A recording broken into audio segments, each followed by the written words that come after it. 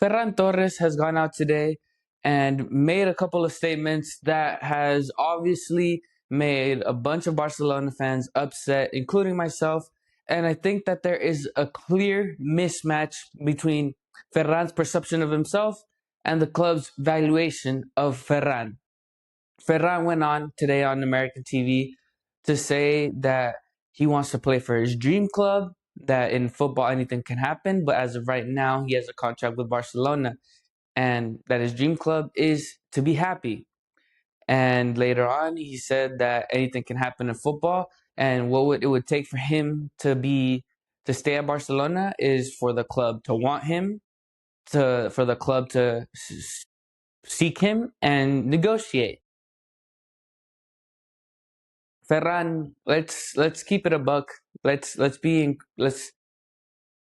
things simple. You think you are a certain degree of caliber of player, and the club does not value you at that because you have not performed up to that standard. Because it's clear that you think you are a player above than what you actually are.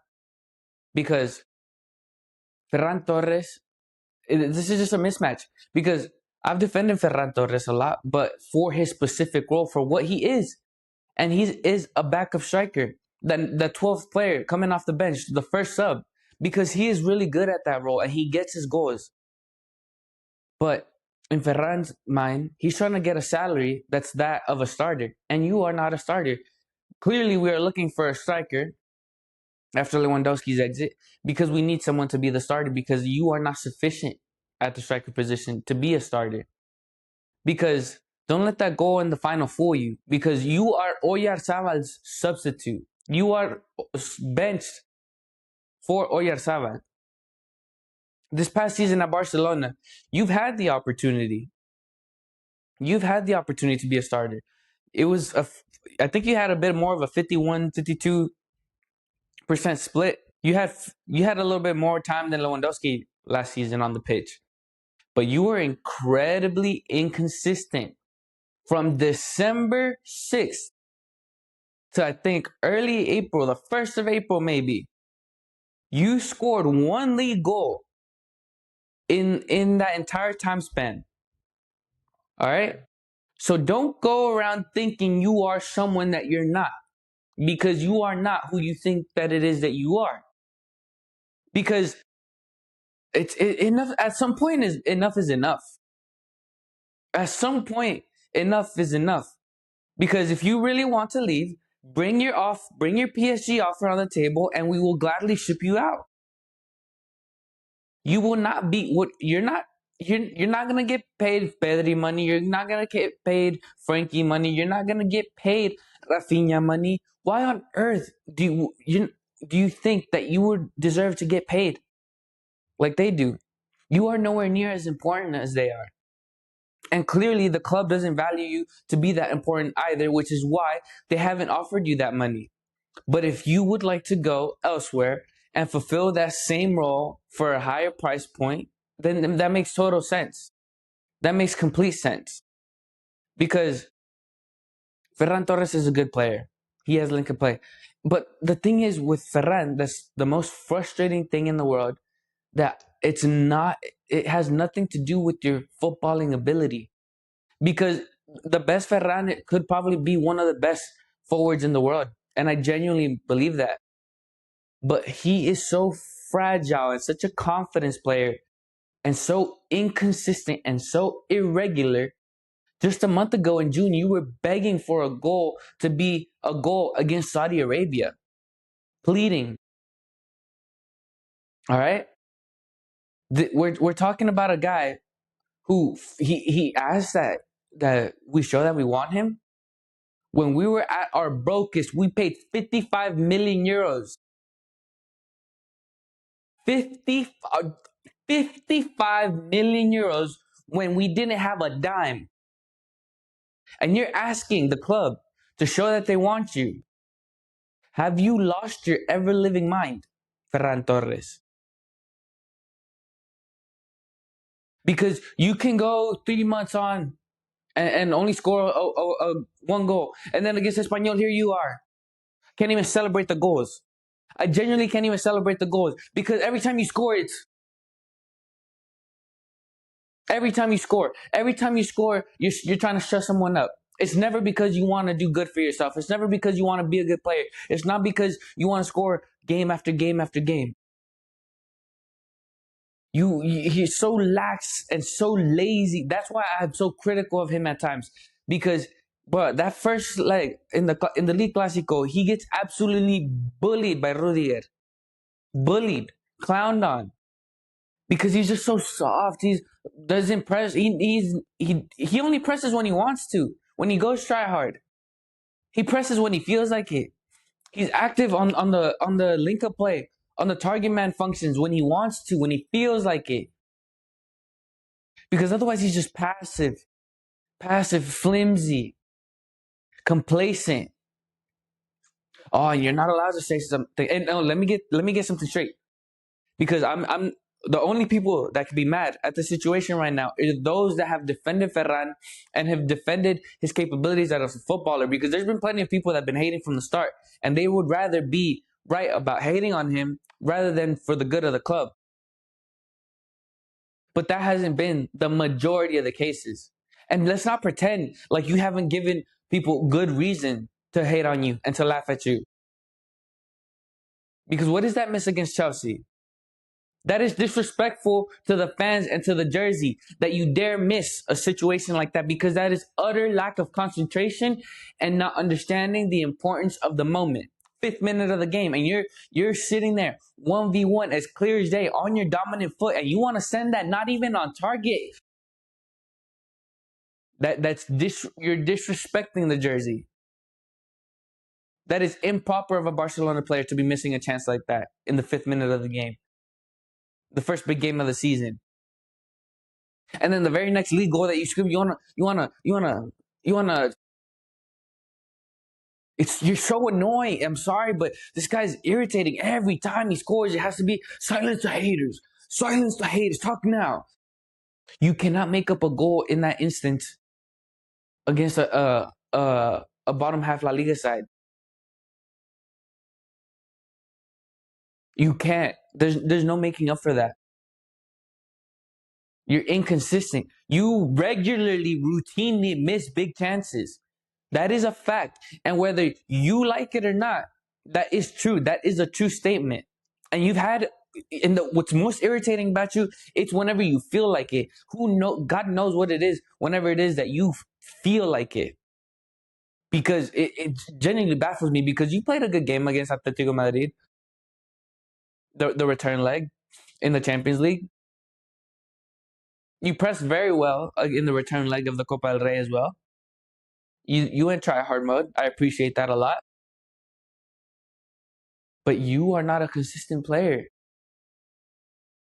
You are not a consistent player to be making these kind of demands. And you're on your last year of your contract, but clearly you are not a starter.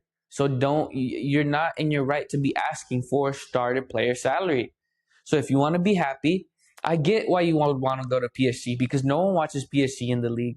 And that suits you because when all eyes are on PSG, it'll probably be on Champions League nights where you'll probably get subbed in and you'll probably be able to get your goals because you're a very good player. But you don't have to deal with the week to week pressure that it is to wear the Barcelona jersey where all eyes are on you at all times and you must perform consistently. So I think that league definitely suits you because it's very intermittent. Only a couple of Tuesdays and Wednesdays out of the week. No one will be on your ass about it during the week because you can either eat bench or have your substitute minutes, do the Gonzalo Ramos role, and not all eyes are on you, and then you'll be able to come in and because no one watches PSG's league campaigns and they'll watch you in the Champions League and you'll come in and you'll score your goals from time to time. It's like, because people will be watching you from time to time because you clearly can't handle people watching you week in and week out because that pressure will crumble you. And then when you score, you have to go out and shut the haters up. You're back to shutting the haters up. I try to support you after the Chelsea game. I try to be like, yes, he scored. Get in a streak. And then the first thing you do is got to start shushing people. After going 3 months without scoring, you dare shush people. You dare shush people. Where did you get this audacity to shush people after not scoring for 3 months? What? Did the 3 months of you not scoring not happen?